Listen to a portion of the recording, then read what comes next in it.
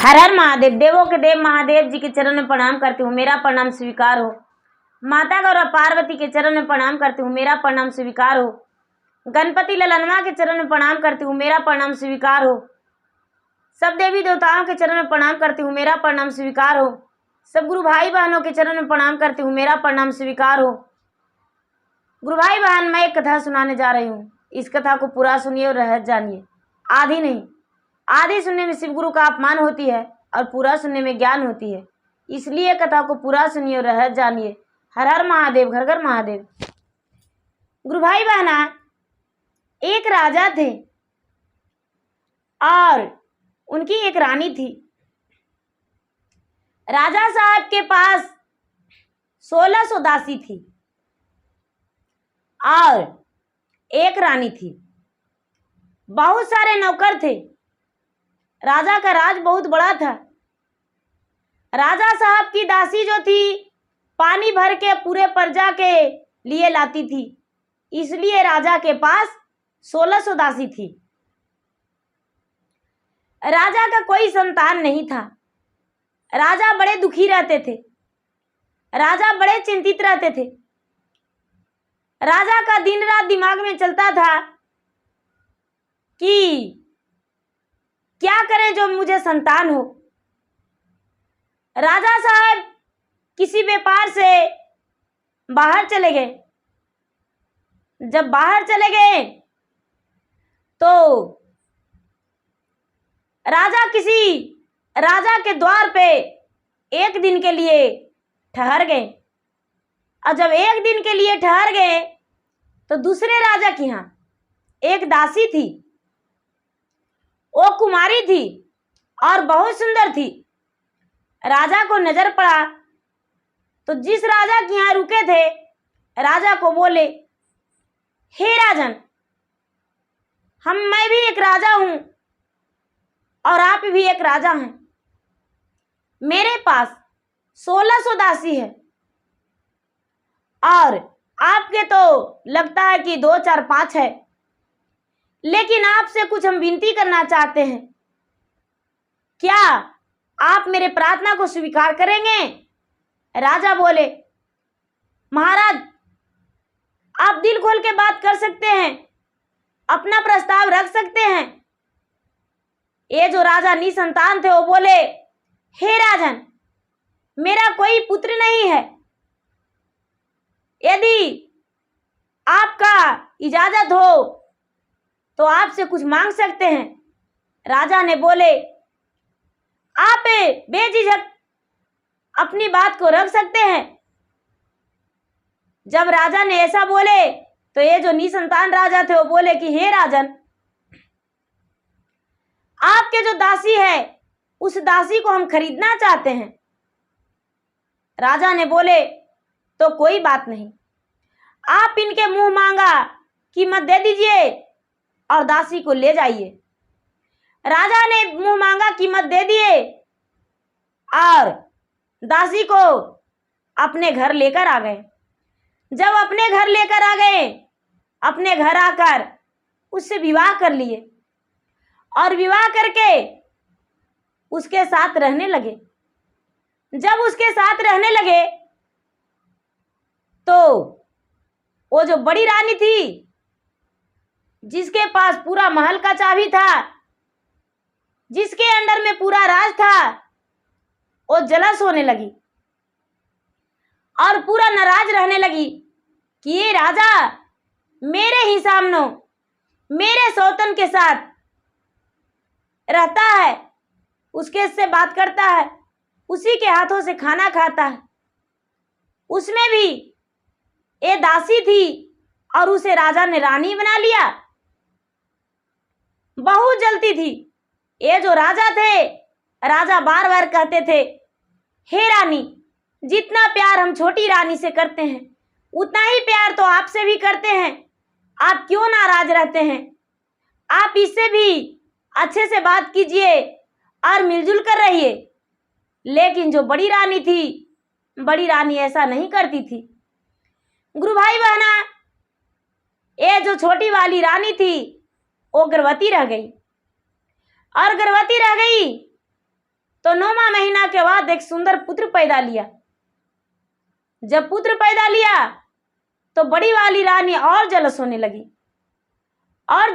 लगी और मन में उसको लगता था कि इस बच्चे को और दासी को कैसे मारूं, किसी तरह से इसका जान लेना होगा मुझे अपना राज वापस लेने के लिए। अब रानी बराबर यही तरकीब लगाते रहती थी। राजा ने कोई काम के सिलसिले में 2 साल के लिए बाहर चले गए, प्रदेश चले गए अपना कारोबार के लिए। तो यह रानी बिल्कुल अकेली हो गई। दोनों रानी, उसके बच्चे और उनके घर के दासी नौकर।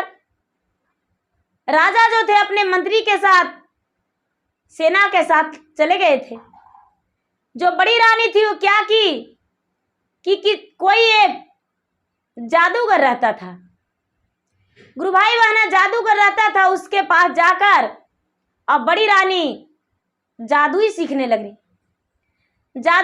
लगी और प्रतिदिन वहीं जाती, अपना समय उस जादूगर के साथ बिताती थी, पूरा समय उसके साथ ही देती थी और अपना समय बिताने लगी। धीरे धीरे उसका 6 मास हो गया। 6 मास में इतना जादूगरनी बन गई कि हर मनुष्य को, इंसान को जानवर में बदल देती। अब रानी जो थी पूरा के पूरा जादूगरनी हो गई। घर आई तो माँ बेटे को दोनों का, माँ का बकरी और बेटे का छोटा सा बकरा बना दिया रानी। बकरा बनाकर और उसके पास जो दासी था, नौकर, उसको बोला मेरे पास 2 बकरे हैं, इसे अपना घर लेकर चला जाओ, राजमहल में इसका क्या काम। वो जो नौकर था, नौकर इस बात को सुनकर बहुत खुश हो गया।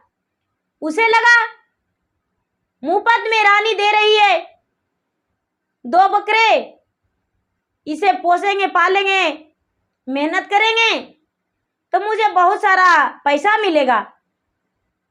गुरु भाई बहना, वो जो नौकर था लेकर चला गया। जब सालों बाद राजा आए तो राजमहल में खोजने लगे। जब राजमहल में खोजने लगे तो रानी नहीं मिली, जो दासी रानी थी वो नहीं मिली और ना ही तो उसका लड़का मिला। ये राजा जो थे, राजा बड़े चिंतित हो गए, दुखी हो गए और दुखी होकर बड़े परेशान हुए खोजने में। जब खोजने में परेशान हुए तो राजा कहते हैं अपने रानी से कि हे रानी, मैंने तो बड़ी मुश्किल से एक दासी से विवाह करके और घर लाया था, अपना वंश चलाने के लिए उसे विवाह किया और उसका एक पुत्र भी हो गया, लेकिन वो कहाँ चला गया। रानी बोली महाराज, आप नहीं जानते, आपकी जो रानी थी वो और उसका बेटे दोनों मैके जा रहा था, हमसे इजाजत लिया, हमने उसे आज्ञा दे दिया और अपना मैके जा रहा था। रास्ते में उसको कुछ शेर हमला किया और दोनों को खा गया। राजा ने बड़े दुखी हो गए। हे राजा साहब, आपको आने के लिए हमने भगवान से मन्नतें मांगे हैं और भगवान को बोले हैं कि हे भगवान, मेरे पति घर आ जाएंगे तो आपका बलि चढ़ाएंगे एक बकरे का। राजा ने बोला तो ऐसा बात है तो कोई बात नहीं, बकरे को तैयारी करो, इंतजाम करो और पूजा पाठ करके भगवान को बलि दे ही दो। रानी बहुत खुश हो गई और उसी दास को, जो नौकर था, उसको बुलाए और बोले रानी बोली, तुम्हारे पास क्या कोई बकरी है, बकरा है? वो दास बोला, हाँ हाँ मेरे पास है, क्या आपको जरूरत है? राजा ने बोले, देखो हड्डे गड्ढे लाना, जो बहुत बड़ा रहे उसी को लाना। नौकर ने क्या किया गुरु भाई बहन, राजा की जो पत्नी थी बेचारी, बकरी बन के उसको घर रह रही थी, उसे ही नौकर ने ले आया। जब नौकर ने ले आया तो राजा ने उसे काटने के लिए तैयारी किया, तो बेचारी बकरी जो थी पूरा में चिल्लाने लगी और राजा को घुर घुर के देखने लगी, अपने आंखों से आंसू झचकाने लगी। उसका अंदर आत्मा जो था उमड़ रहा था कि हे राजा, हम दूसरे राजा के यहाँ एक दासी के काम कर रहे थे, आपने तो मुझे खरीद कर लाए और नौकरानी से महारानी बना दिए, लेकिन आपका रानी जादूगरनी बन गई और मुझे एक बकरी बना दी। हे राजा, आपने मेरे ही गर्दन पे आज छुरी चला देंगे, आज मुझे ही काट के खा जाएंगे, मैं क्या करूं? वो भगवान को पुकारने लगा, भगवान को पुकारने लगा और कहने लगा, हे भगवान, हे भोलेनाथ, राजा का सत नहीं टूटने दीजिए, राजा का सत नहीं टूटने दीजिए। मेरा जो शरीर है सिर्फ कट जाए तो सिर्फ खाली हड्डी हो जाए, रत्ती भर भी मांस नहीं निकले। हे भोलेनाथ, आप ही मेरे राजा को, सत को बचा सकते हैं, और कौन बचा सकता है? बकरी बेचारी विलाप कर रही है। गुरु भाई बहना, राजा से बकरी नहीं कटा, ममता उमड़ने लगा। राजा दूसरे को बुलाकर और बकरी को कटवा दिए। जब बकरी को कटवाए तो एक बूंद खून नहीं निकला और ना ही तो मांस, सिर्फ खाली हड्डी था। जैसे अंदर में भूसा भरा हो उस प्रकार उसका शरीर में से निकला। राजा ने बोला, अरे नौकर, तू कैसा बकरा लाया था? इसमें तो थोड़ा सा रक्त नहीं निकला, नहीं तो मांस, इसमें तो जैसे लगता है भूसा भरा हुआ है, कैसा बकरा लाया? रानी झट से, जो बड़ी रानी थी, कहती है, जाओ दूसरे बकरा को ले आओ तुम अपना घर से। वो जो नौकर था झट से राजा को जो बेटा था बकरा बना हुआ उसे ले आया और बोला, हे राजन, ये बकरे को हम बहुत अन्न खिलाए हैं, इसको उठा कर देखिए, बहुत मजबूत है, इसे काटिए। गुरु भाई बहना, राजा ने ही अपने हाथों से बकरे पर तलवार उसार दिए काटने को लिए। जो बकरा था राजा का बेटा पूरा चिल्ला चिल्ला के रोने लगा, गरजने लगा और पूरा आंखों से आंसू गिराने लगा, अपना पैर पटकने लगा। राजा को ममता आ गया। जब राजा को ममता आ गया तो राजा ने पूरा स्नेह भर के कहने लगे, ममता जाग उठा और कहने लगे, हे नौकर, इस बकरे को ले जा, जैसे लगता है कि मेरा कोई अपना सा हो, उस तरह मुझे इसे देखकर माया आ रहा है, प्यार जाग रहा है। इस बकरे को ले जा और कोई और को ले जा, जो तुम्हारे पास सबसे छोटा हो उसी को लाना। गुरु भाई बहना, जब ये जो नौकर थे अपना घर ले जा रहे थे, घर ले गए अपने बकरा को, तो नौकर की एक बेटी थी 12 साल की। 12 साल की बेटी थी तो बड़ी जोरों से ठठा के हंसी और हंस के उसके बाद रोने लगी। जब रोने लगी तो उसके पिता पूछते हैं, अरे तू इसे देखकर क्यों हंसी और क्यों रोई? वो लड़की कहती है, पिताजी आप नहीं जानते, जो बकरी का बलि पड़ गया वो बकरी नहीं था, राजा की दूसरी पत्नी जो दासी थी, राजा से जाकर पूछिए, एक दासी को खरीद कर लाए थे और उससे विवाह किए थे, जाके पूछ लीजिए। वही बकरी उसका जो रानी है, जादूगरनी है, जादू सिखा है राजा के पीठ पीछे, और उन्होंने ही बकरी बना दिया था। और जब बकरी बना दिया था तो आपने ले जाकर दे दिए और राजा अपने ही हाथों उस बकरी को काट डाले। वो राजा की पत्नी थी, एक बूंद खून नहीं निकला, क्योंकि वो भगवान की पूजा करती थी, भगवान के भक्त थी, इसीलिए। और ये जो बकरा है राजा का पुत्र है। राजा के जाकर दासी नौकर जो था बोला, हे राजन, आपसे कुछ मुझे कहना है। राजा बोले, बोलो, बेझिझक बोलो। दासी ने बोला, हे राजा साहब, यदि आपको हम कहेंगे तो आप मुझे मार डालेंगे, मुझे जीने नहीं देंगे।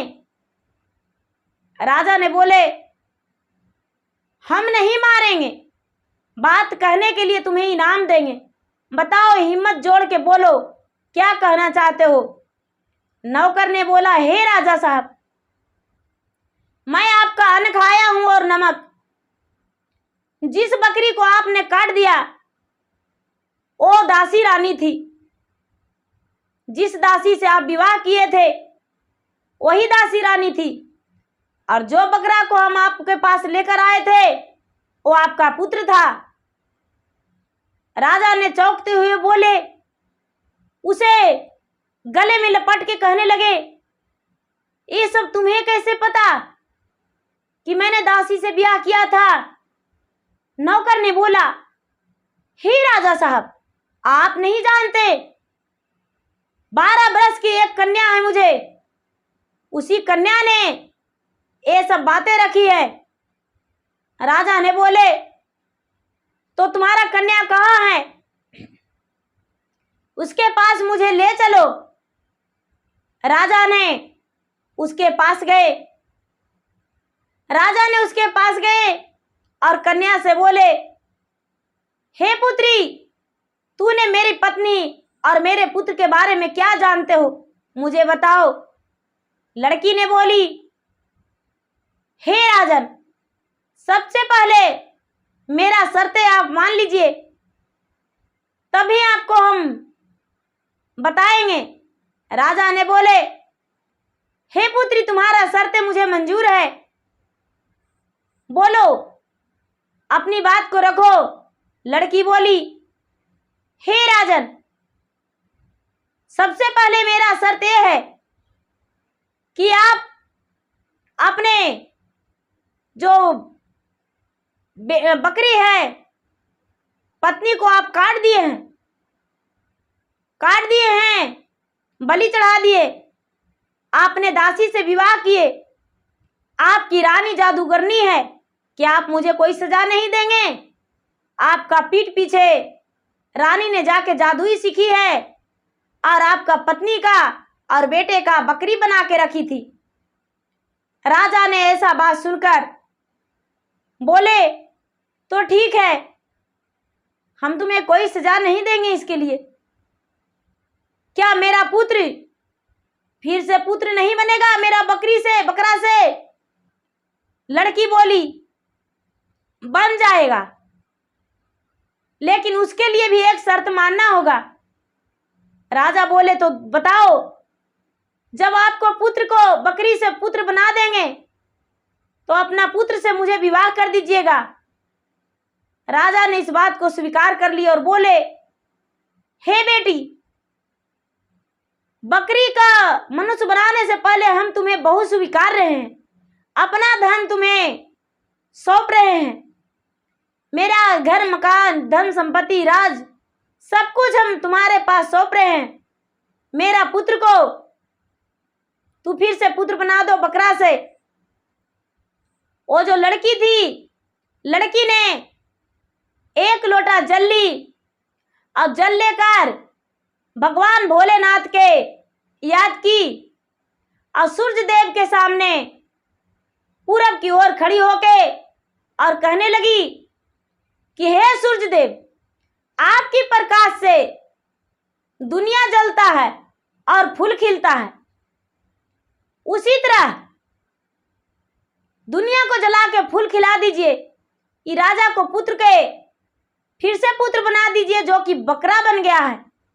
हे भोलेनाथ, जो आपको भक्ति करता है उसे आप अपना चरण के दास बनाते हैं, उसी तरह हम दास बन के रहेंगे। मेरा हाथों का लाज रख दीजिए। इतना कहके और वही जल से बकरी को नहा दिया। बकरी को नहा दिया, बकरा को। बकरा जो था सुंदर राजकुमार बन गया। गुरु भाई बहना, जब सुंदर राजकुमार बन गया तो ये जो लड़की थी कहने लगी, हे राजन, हम आपके पुत्र का तो बना दिए, लेकिन इसके लिए आपका पत्नी का दंड देना पड़ेगा मुझे, नहीं तो आपकी पत्नी जो है फिर से इनका कुछ भी बना सकती है। राजा बोले, कोई बात नहीं, पहले मेरा तू बहू बन जा। राजा ने अपने वचन निभाने के लिए उसी जगह पे वर वधू को विवाह करा दिए, सिंदूर दान करवा दिए और राजमहल की रानी बहू स्वीकार लिए। स्वीकार करके बोले, जो भी सजा देना है मेरे घर चल के दो। जब राजा और राजा की बेटे और बहू दोनों घर आए, जब घर आए तो ये जो रानी थी, रानी देखकर चौंक गई कि अरे, ये तो हमने सोचा ही नहीं था। राजा का बेटा और फिर से मनुष्य तन में विवाह करके आया। रानी सोच ही रही थी कि इसे हम फिर से बना दे बकरा या कोई जानवर।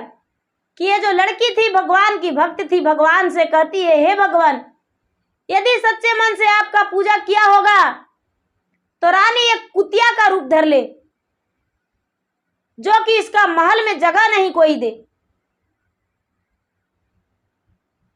ऐसा बात भगवान सुनकर जो रानी थी, रानी का एक कुतिया का रूप हो गया। एक कुतिया का रूप हो गया, कुतिया बन गई और इधर उधर भटकने लगी। जहां हड्डियां का ढेर था वहां जाके ओ रानी हड्डियां चबाने लगी। हड्डियां चबाने लगी और उसी मसान घाट, मरण घाट में रहने लगी। हड्डियां चबा चबा के और हड्डी के ढेर में रहने लगी। ये जो गुरु भाई बहना, राजा के बहू और बेटे और राजा अपने राज में राज करने लगे और सुखी जीवन बिताने लगे। और वो जो रानी पहली राजरानी थी, वो मसान घाट गोरने लगी, हड्डियां चबाने लगी और छुछुआने लगी। उसका कभी जगह नहीं मिला। भगवान भी उसे अच्छे नजरिया से देख लिए। तो गुरु भाई बहना, इसमें दासी का क्या कसूर? दासी को तो राजा ने खरीद कर लाया और उसे विवाह किया, उन्हें माँ भी बनी, बच्चे का जन्म भी दी। लेकिन जो बड़ी रानी थी, पाप की थी, उसका पाप भगवान भी माफ नहीं किए। तो गुरु भाई बहना, मेरा वीडियो अच्छा लगे तो इसे लाइक कीजिए, शेयर कीजिए, सब्सक्राइब कीजिए। धन्यवाद। हर हर महादेव, घर घर महादेव। जय गुरुदेव।